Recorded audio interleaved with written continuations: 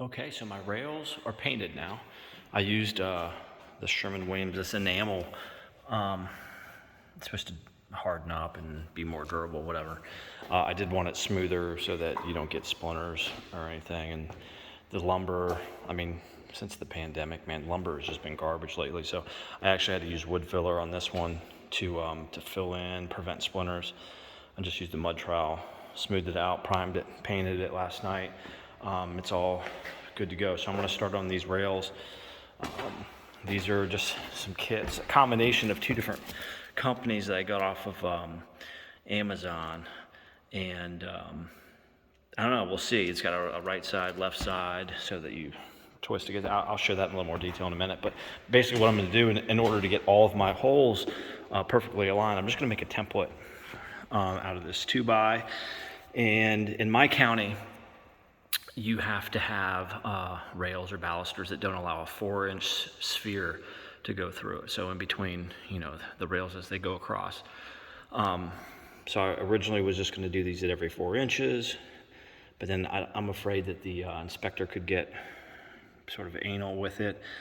So I want to do just less than 4 inches just to make it easier for myself. I'm going to go with, metric measurements. So every 10 millimeters, every 10 centimeters, I will, 10 centimeters is just about an 1/8 inch shy of 4 inches. So it's perfect. So I'm just going 10, 20, all the way up to 80 for my 8 rows. And got them all lined up. And then I'm going to use this guide block to make sure that they're nice and straight through. And then I'll clamp that to the post in the center there and do my drill or drill my holes through for the pass through. And we'll see how this first round goes. So my template, fits in right up there against the top. Only hole, there's one hole that might be slightly off, so I'm doing it on this back side. You'll never see it if I want to change it, but we'll try and see how it goes here. I just got it clamped up, and let's see how she works.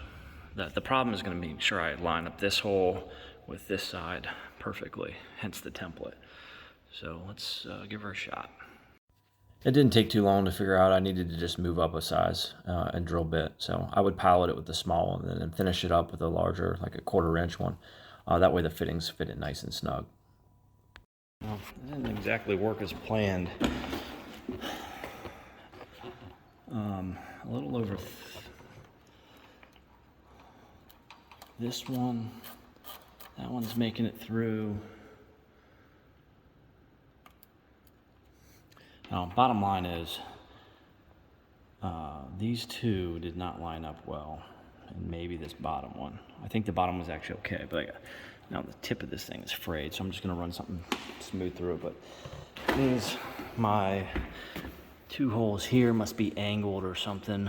I'm going to have to, I'm going to have to be careful that I don't have to screw with this on every single one of them. I'm going to have to make a new template because that's a lot of through passes I got to make over there. All right, let me think about this for a minute. Well, this is why I'm practicing on this one. It's out of the way. I had a blowout. I just had to do a little touch up there. But anyhow, my jig worked pretty good. I had a couple of them are a little bit out of a line, but it's fine. So I was able to just tap all these little recess things in. That's just a knot that just happened to be in the place there. So run the cable through. Actually, I had to pay attention to which end it is. So these are actually like left-hand threads, and what I'm doing is I'm just taking the I'm taking this little bit, taking the piece that the wire goes into, and I'm actually just running it in the drill, and then I just shoot it into the, I don't know, it's about 1 inch out. I'm doing them all the same, just shoots them in real fast. And then what I'll do is you insert the wire into this, and then you crimp it down, and then to go to the other side, do the same thing, and you rotate each of them the same direction. So these are counterclockwise, and the other ones are normal thread, and that keeps the braid twisted tight on the stainless steel. So let's do that real quick. So I got my son out here helping me. It's kind of a 2-man job. First one went up pretty good. It's pretty sure. I don't know how tight these things are supposed to be. There's actually 0 instructions with this stuff, so I'm kind of winging it right now. I couldn't even figure out what size die to use. It didn't say. So I used a number 6 on the hydraulic crimper, and they are tight. I mean, that's pretty solid. So we're using the number 6 on this tool, and you cut them just 2 inches short of the actual distance in between the post. And yeah, it's in there solid. All right, you don't have to stand over there.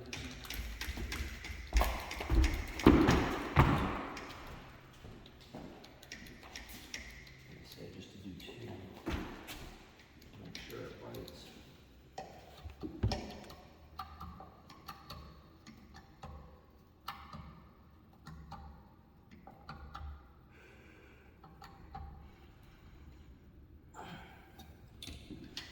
All right, grab that. Grab your wrench over there. The wrenching thing? A little wrench. All I know is it needs to be 4 inches or less, and we're like at 3 3/4 essentially. I mean, you can push it up, so I might have to tighten them up a little bit. I don't know. I'll check the code on that. That's basically what we have to do, and it takes about, I don't know, 10-15 minutes to do each one of these. And I have to do a set on this post and a set on that far post, and then a set here that will tie into the stairs and go down. So more to come. All right, so we end up getting this one finished. Looks pretty good. I don't know how tight these things are supposed to be. Some of them are tighter than others. I don't know. I have to do some research on what people say. And we got this one pretty well started. I've got half of them to go. I kind of ran out of juice. Pumping that freaking, they don't have to put a pipe on that to make it easier. It just wears you out after a couple hours. So anyhow, these will be tightened up, and then I'm gonna run the same screws out here, and I've got to work a 45, and I was doing a practice on this one. It looks like it's gonna work out okay. Just got to be careful to get them nice and straight. That's going to be the challenge. And then I'll terminate them here, and then I'm going to use these jobbers to go down, and they kind of flex at the angle. So I just got to work the angle on them, and then these go on the receiving end downstream. So a little bit more to go. Well, I can tell you right now, this is a royal pain in the ass. I've got to take this drill bit and get it just started in here. I'm trying to hold both at the same time so that I know exactly where the hole starts, and then get this perfectly level so that it will drill through. The problem I'm having on this top one is that it's so close to the top rail underneath. My drill is going to hit this right here. So I might have to freehand that one, so I'm gonna try to get the other ones done first. So let's see how this disaster shapes up.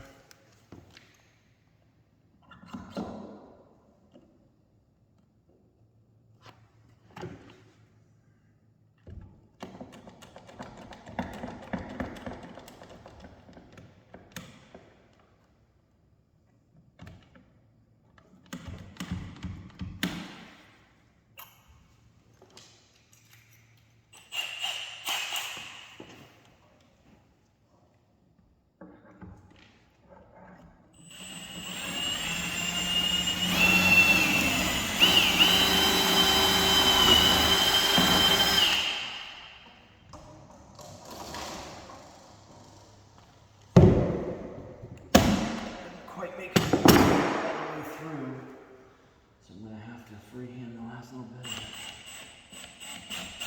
I'm just hoping it comes out right about there.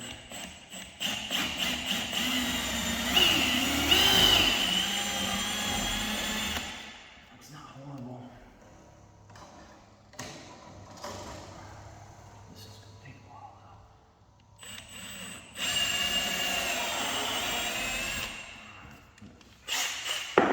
It's actually not big enough for the little pieces.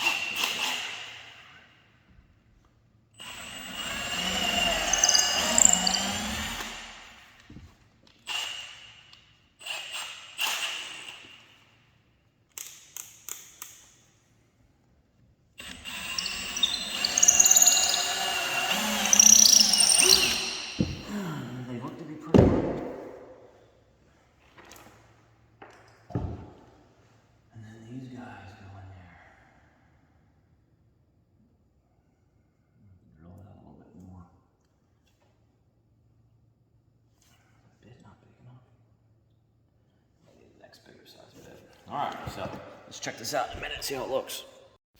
So if I were to do this part again, I would definitely have bought one of those portable drill press jigs that you can clamp onto the post, and then just uses your own cordless drill to adjust at any angle, creates a drill press. So I don't know, it was like 50 or 60 bucks. I didn't really feel like spending it. I just thought I could use that block, and it would have made life easier, but you know, it wasn't too bad. Most of them passed through nicely, except for the very top one, and again, I don't think you'll ever see it. Well, nothing about that process was really fun. I don't know if I would do this again if I had to. I mean, considering the circumstances, it's fine in here, but I don't know if I would do this on like a real nice deck. Two things I encountered: this block, probably straight from China. There's too much play, even if I use the right drill bit. There's too much play in this sleeve here, and it allowed me, even though I had it leveled each time, it allowed me my bit to get a little bit off. So I can tell, if I'm really looking at it, I can tell that almost all of these are a little bit lower by maybe an eighth. So when I drilled in, the drill bit dove down a little bit. This top one, which I knew was gonna be hard, I had a freehand. I ended up missing it, but it looks like the cover there, I'm just gonna put a little dab of paint on there and it'll kind of hide it. I don't think anybody will notice it. And again, freaking garage. So if I was gonna do this on a nice deck, I think I would just terminate here and then start new ones here. I don't know. I don't think going across this 45 is worth the ass pain. So I'm gonna put each of these. I have to like hammer them in. I'll get all those in, and then actually I think I'll screw these in first, that way I don't have stuff in my way. But then I'm gonna tie it around, terminate here, and then we'll start on the rails. Well, I screwed up. Got to the last one, and it was too long. Somehow I got my measurement off, whatever. I cut wrong, cut on the wrong edge. I feel like it's about an inch too long. And there's no way, like these things are crimped so tight you can't pull them out. And wouldn't you know, these are my last ones of these terminations. So I'm gonna just try one. I got one shot. Something, you gotta be able to turn it on that little piece. See, there's a fat spot right there that's uncrimped. I'm gonna cut it. I'm gonna cut this, right at that crimp, and it leaves me about 3/8 of an inch or something like that to crimp still. And I'm just gonna switch ends. I'm gonna put it on this side so you don't, on this end so you really don't see it. And I'm gonna hope it holds. I'm gonna give it a shot, let's see what happens. So as it turns out, I wasn't 100% the culprit, because I cut this apart and it turns out the wire never even penetrated the whole way. So I cut that one down, man, it is barely pinched together, but it's pretty taut. I don't know, I don't think it would take a good kick or anything like that, so I'll probably have to order a whole nother set of these frickin' things.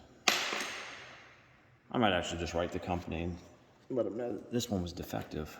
Let's see if they'll send me another one. Anyhow, this part of the railing is all done. And I'm gonna take a break, and then I'm gonna finish the stairs and be done with this stuff. Kind of over it at this point. I got all the cable in. Honestly, it looks pretty darn good.